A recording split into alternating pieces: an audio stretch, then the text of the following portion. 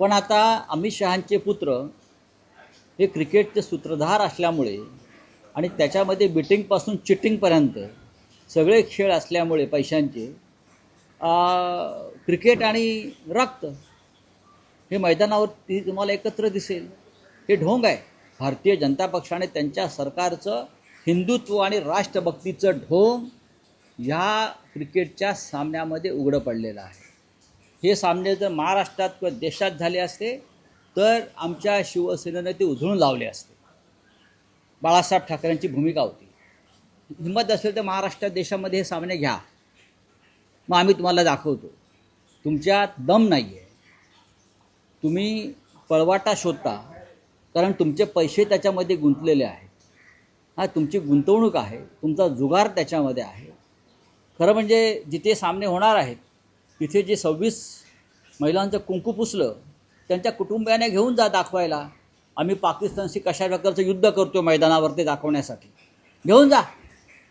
ज्या ऑपरेशन सिंदूरचं कौतुक काही महिला करत होत्या, ज्यांनी आपले पती गमावले, भाऊ गमावले, त्यांच्या भूमिका याच्यामध्ये येणं गरजेचं आहे. हा भारतीय जनता पक्षाचा हा जो कावा आहे किंवा मोदी यांचं जे ढोंग आहे, हा जो बुरखा आहे, तो फाटलेला आहे याच्यामध्ये पूर्णपणे. हे जर इतर कोणी केलं असतं तर भारतीय जनता पक्षाने आणि मोदींनी बरं का थैथाट केला असता, अंगावरचे कपडे काढून नागडे नाचले असते या रस्त्यावरती. हिंदुत्वाच्या नावानं, राष्ट्रभक्तीच्या नावानं.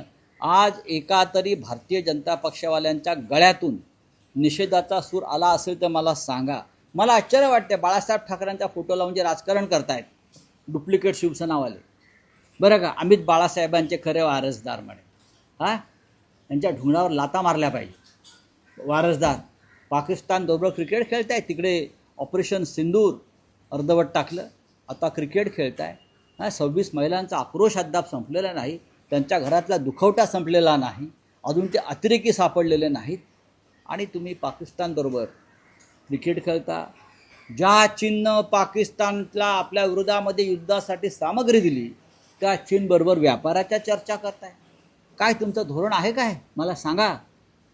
नरेंद्र मोदी, अमित शहा, राजनाथ सिंग, देवेंद्र फडणवीस, बरं का, यांचा हिंदुत्ववाद हा नकली, ढोंगी आणि बकवास आहे.